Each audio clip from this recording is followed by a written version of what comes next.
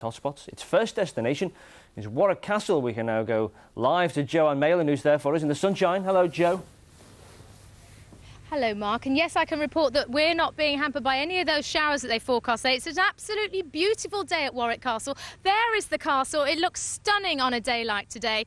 And this place is absolutely packed with people from all around the world. I've met people from Japan, New Zealand, America. Lots of our viewers from closer to home have come to see us today because this is what we're doing. This is Central News on tour. We've got the silver bus here. We've got a Central News set. These ladies are obviously looking to take my job. They're practicing reading the news. How are you getting on, girls? Well, this thing's a bit too fast. It's a bit too fast. Well, I shall show you how to use the auto cue in just a little bit later on. And we've got people, some of our viewers around here, they're all waiting to have a go at reading the news later, aren't you?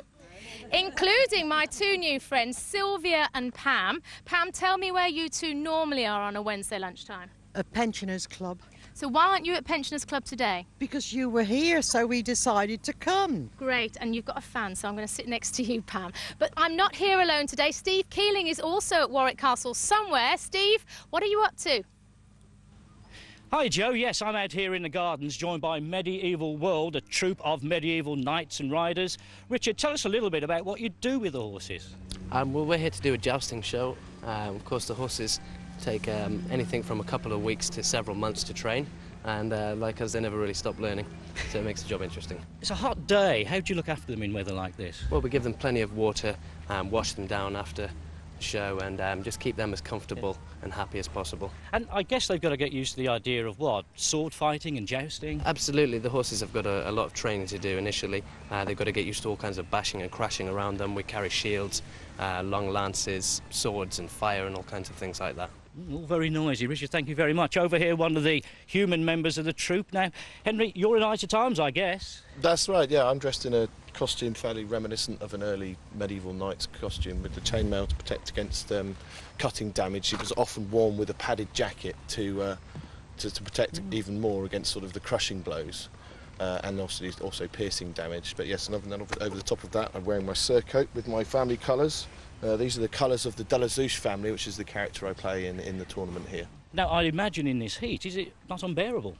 It does get hot, yeah, but obviously we drink plenty of water. But as an idea, it weighs about 15 to 20 pounds, and in the first week of training and shows, I lost half a stone in weight. So it's a kind of medieval slimming. Yes, exactly. Yeah, not recommended for today. We've got to go because they're just about to go off for a performance, so we'll wish them well. Back to you. Steve, thank you very much indeed. As I said, there's all sorts of people here at Warwick Castle today. What's your name, madam? My name's Millie Molly Mankey. Lovely, and you are? I'm Marg. Hello. Hello. You're not looking very well, Marg, actually, but I might come back to you in a bit. Excuse me. Excuse me. And I think it's time that we found out a little bit more about Warwick Castle. We're now joined by Jo Biggs. Jo, what can people expect if they come down to the castle? Well, we've got absolutely loads going on throughout the summer. We've got jousting shows every day. You can see the world's biggest siege machine in action, which is something fantastic to see.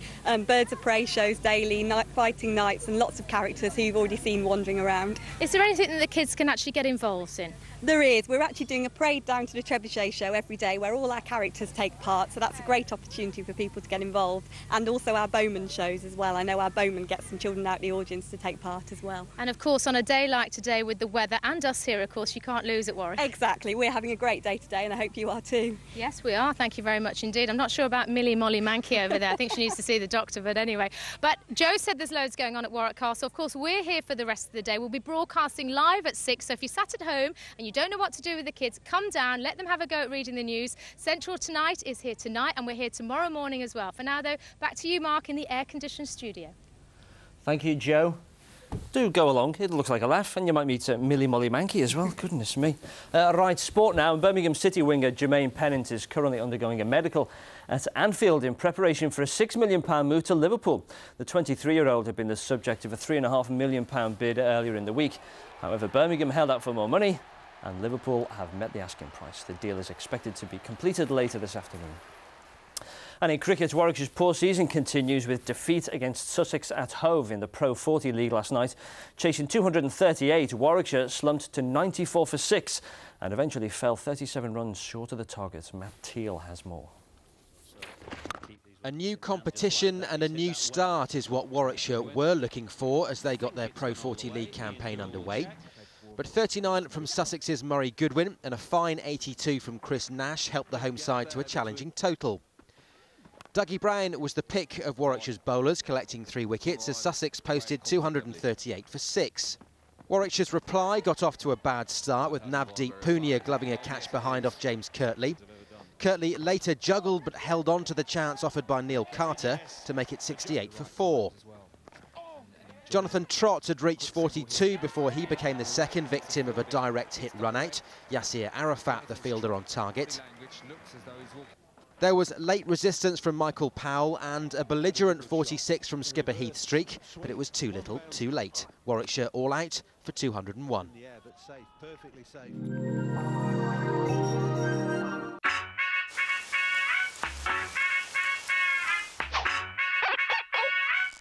Central weather with BMIBaby.com.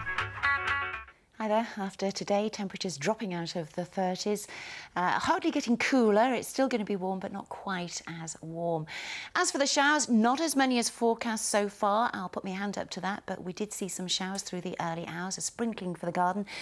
Those shower clouds have now moved over towards the east coast, but plenty more cloud over Wales and to the southwest. So some showers rolling in and also just being triggered today by the heat that we still have. Temperatures getting up to highs of 30 Celsius again. So the risk of further showers, still some great sunshine to be had. You just can't trust it as much. If anything, most of the showers towards the east of the region, but I'd take a brolly out with you for just in case. Still a lovely afternoon for many of us and very warm and muggy feeling through tonight. The odd shower risk, but mostly dry. Plenty of clear skies to again show us some good sunshine tomorrow. Tomorrow's the same mix as today. Always the risk now for the many days